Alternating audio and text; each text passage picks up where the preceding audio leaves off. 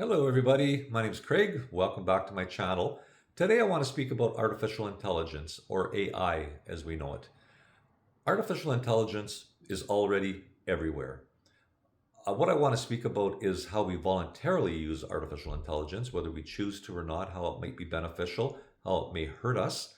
And at the end of the video, I'll give you a really honest review of what I think about AI for people in their 60s, 70s.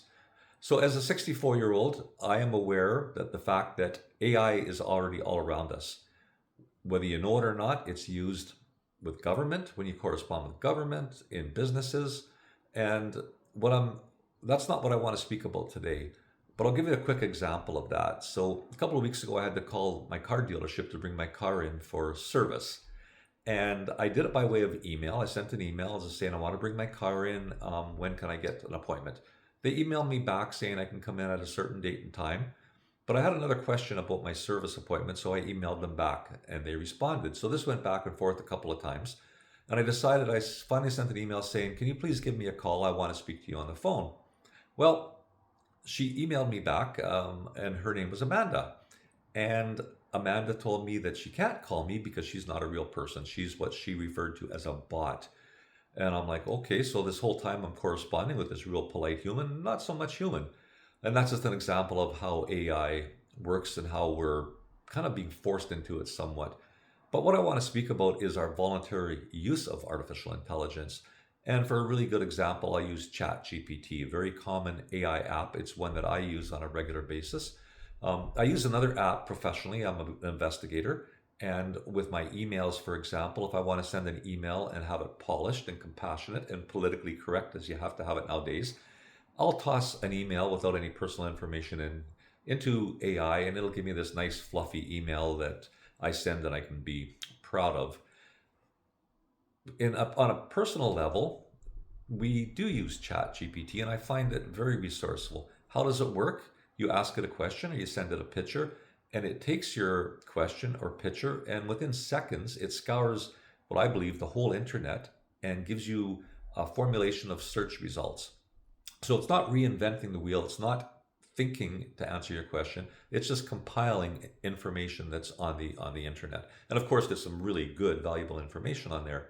There's some that's not so good. I think as it evolves, it'll filter that out a little bit. So, as an example, I 100% do not believe that we should be asking ChatGPT for specific medical advice. Basic, perhaps, but not specific. We have doctors, and seeing a doctor, preferably person to person, is, in my opinion, still the best way to go. But when it comes to, for example, if you go get lab works, blood work, and now we can get the results back on the internet, and you usually get the results much quicker than your doctor calls you back on. So, what do we do with those? We will copy and paste or take a screenshot of the lab results, throw it into ChatGPT, and it'll break it down and it'll give me a really good explanation in layman's terms of what each result means, if I'm in range, if it's good, bad, ugly. And it does it in a very compassionate way. So, in that case, I think ChatGPT can be used for medical reasons. ChatGPT or AI devices, they're meant to be very compassionate and they're kind. And they give you answers and they give you advice or they give you statements in a very straightforward way. In other words, there's no BS with their responses, but they formulate it in such a way that it's so kind and polite that you don't take offense, whether it's correcting you, whether you think you're doing something wrong. Where when you're talking to a friend, they might tell you what you want to hear. ChatGPT doesn't necessarily tell you what you want to hear. So I like that about it. But you still have to be very careful about that because what that means is that you can start relying on it too much. It can become almost your buddy. It's always there for you 24/7.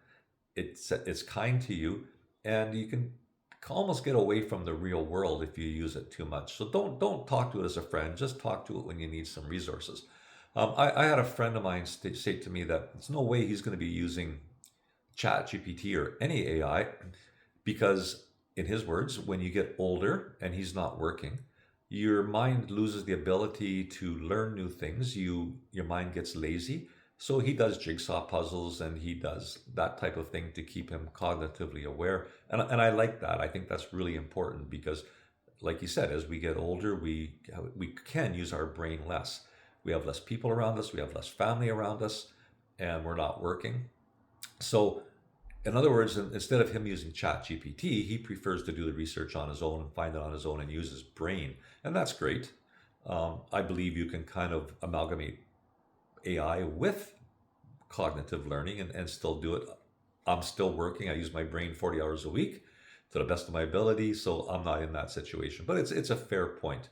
Um, do I recommend ChatGPT for people in their later years? 100%. I think you can use it. For example, if you get an email that states you won $1 million, just call this number and send them a $250 gift card. Well, obviously, it sounds like a scam, but you'd be surprised for the amount of people that fall for those kind of scams. Sadly, people in their older life. So you can take that email, you can take that text or whatever it is, you can plunk it into, take a screenshot, put it into Chat GPT. It's very easy. You just hit the arrow, add the screenshot, which is now a picture, and say, hey, Chat GPT, what do you think about this? It'll tell you right away, because what it will do is it'll run the context of the information.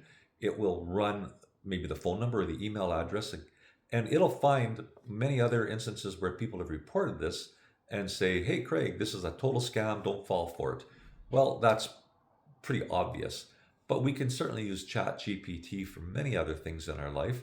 So, for example, if somebody brings you a bottle of wine and you really like it, take a picture of the label, toss it into an AI.